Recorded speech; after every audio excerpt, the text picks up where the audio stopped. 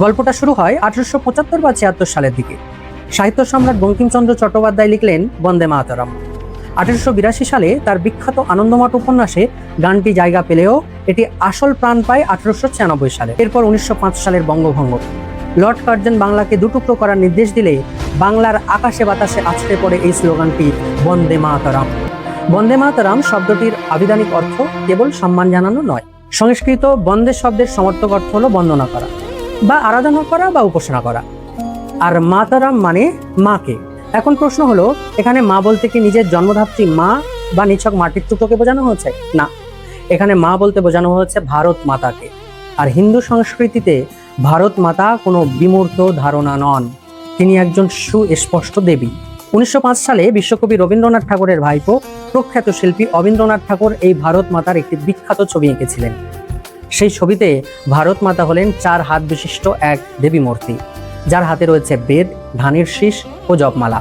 মানুষের মনে ভারত মাতার এই দেবী রূপই গেঁথে আছে। গানের পরের লাইনগুলি শুনলে কনসেপ্টটা একদম ক্লিয়ার হয়ে যায়। তং হি দুর্গা দশ প্রহরণধারিণী কমলা কমল দল বিহারিণী, যার অর্থ এমন দাঁড়ায়, তুমিই অস্ত্রধারিণী দুর্গা, তুমিই দেবী লক্ষ্মী। হিন্দু ভাই বোনদের ধর্মে দেবদেবীর আরাধনা করা বা মূর্তি পূজা করা অত্যন্ত ভক্তি ও পুণ্যের কাজ, কিন্তু ইসলাম ধর্মের মূল ভিত্তিই হলো তৌহিদ বা নিরাকর এক ঈশ্বরবাদ। ইসলাম খুব কড়াভাবে বলে, উপাসনামূলক মাথা নত করা একমাত্র সৃষ্টিকর্তা বা আল্লাহর অধিকার। সৃষ্টিকর্তা ছাড়া অন্য কোনো দেবী বা মূর্তির আরাধনা করাকে ইসলামের শিরক অর্থাৎ সবচেয়ে বড় পাপ বলা হয়।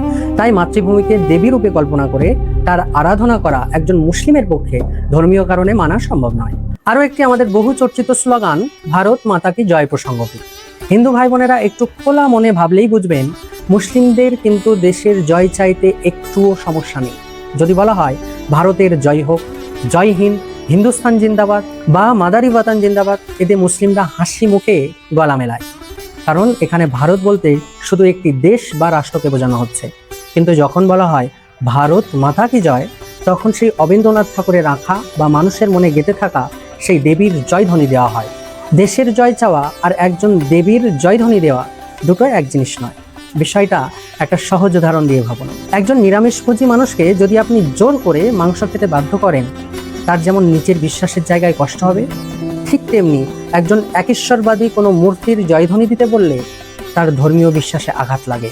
একজন মুসলিম নিজের দেশের জন্য প্রাণ দিতে পারে, কিন্তু ধর্মীয় কারণে কোনো দেবীর জয়ধ্বনি দিতে পারে না।